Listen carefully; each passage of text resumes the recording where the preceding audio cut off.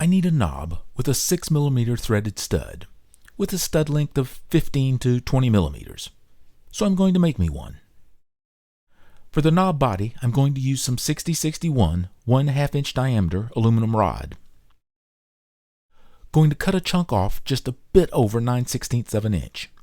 I really want my finished width to be close to 9/16 of an inch, not too much under. It's not really critical. It does need to be over 1/2 an inch wide though. I also don't want to waste this rod material. Only have a couple of short pieces left, and shipping on this stuff costs about as much as the aluminum these days. For the shaft, I'm going to use a socket head cap screw. The critical dimension I have to worry about is the head diameter. It's at about 0.396 inches, so I have to have my hole that it goes in a few thousandths of an inch smaller. First thing, I have to center it up in the 4-jaw chuck. The 3-jaw chuck that came with the lathe will only hold a piece a bit over an inch in diameter. And I wanted a knob with a bit more leverage than what a 1 inch in diameter would have given me, so a bit of extra work. I'm using a Noga holder to hold the dial indicator, one of my favorite tools. The Noga arm makes it so easy to position the indicator. It's been worth every penny. Going to clean the saw marks off.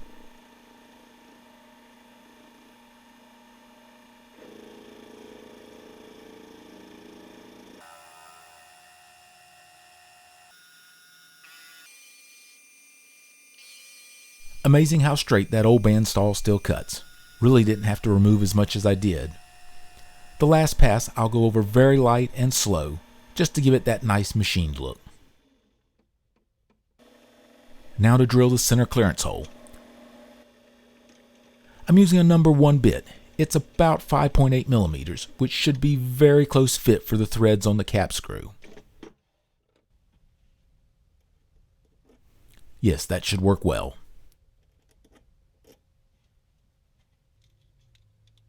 Should easily get my 9/16 inch thickness, as long as I didn't speak too soon about the bandsaw cutting straight. I'll take it down to about 0.57 inches. That will be a good width for the knob. Now I'll recenter the piece to the drilled hole. I guess I should have done this in a different order, and then I wouldn't have needed to recenter the part, but I do stuff the hard way all the time. Oh well. I'll use drill bits to enlarge the hole, going in about 1/4 of an inch deep. The largest drill bit I have that is not too large is about 0.34 inches. Well, the largest drill bit that's in usable shape. So I've ground a small bit to enlarge the hole. This will also allow me to flatten out the bottom of the hole. There is a pretty good taper from the drill bits, as well as take it deep enough to give a bit of clearance under the head of the cap screw. As it is being pressed in, I expect it to scrape some aluminum off, and I need a place for that aluminum to go.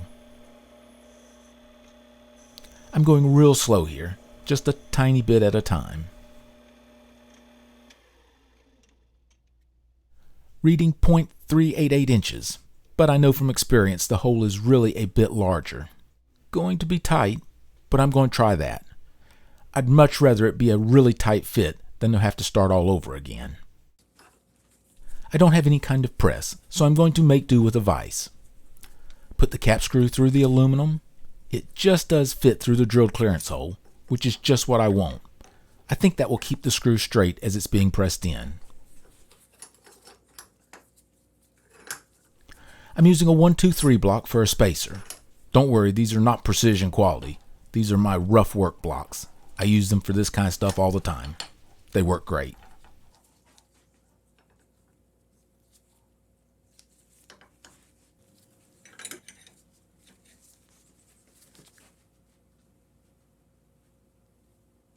Well, I guess I should have taken 1 more thousandths off. It is really tight. I don't really want to use any longer extension on the vise handle. I don't want to break the vise. It's slow, but it's pressing in. I'll just take my time, put some pressure on it, let it set a bit, then put a bit more on it. It's almost flush, just have to work it in a little bit more. That looks good. Cap screw head is flush with the face. I'm happy with that. Now to make it look more knob-like. I'm taking the diameter down to about 1.485 inches. That is supposed to be the diameter I need for the knurls I'm going to try. I want to put a chamfer on both corners, not much of one. I'm taking it in till I get about a 1/16 of an inch wide chamfer. I just don't want any sharp edges. That's not a bad looking knob at all, but it would be hard to get a really good grip on it. That machined aluminum finish is pretty slippery. That's where I hope this tool can come to the rescue. I've always liked the way the diamond knurls look on aluminum. The little machine shop had this one that is made for the mini lathe, so I thought why not give it a try. Not sure how tight it should be.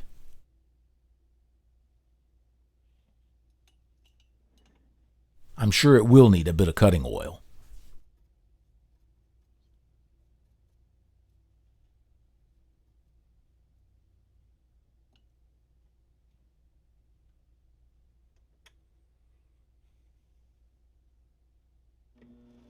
Oops, I guess that's too tight. I really needed to make a sleeve to hold the 6mm screw thread, but I'm kind of short on time. I'll just really tighten down on it, hope it doesn't do too much damage to the threads.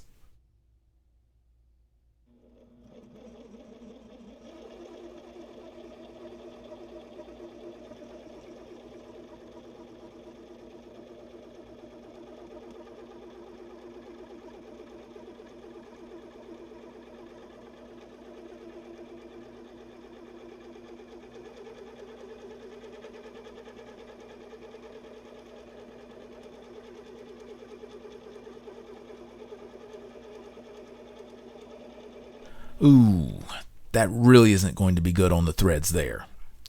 Not good on my chuck either. Not great looking, but feels like it has plenty of traction. If I didn't destroy the threads, it will do for now. This knob has got the clamp on the shaft, so I've got to do away with the sharp edges on the threaded end of the cap screw. It really is some pretty hard metal. After I smooth it on the finestone, I'll take some 400 grit sandpaper and really give it a smooth finish. Not great, but not horrible for first time knurling.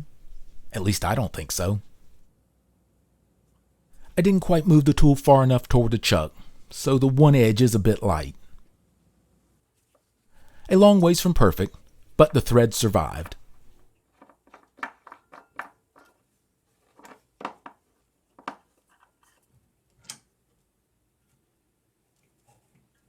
That tightens nice. That's not going anywhere. Really gives a lot of grip to the knob. And if I can't get enough grip, one thing about using the cap screw, can always go get an Allen wrench and crank down on it.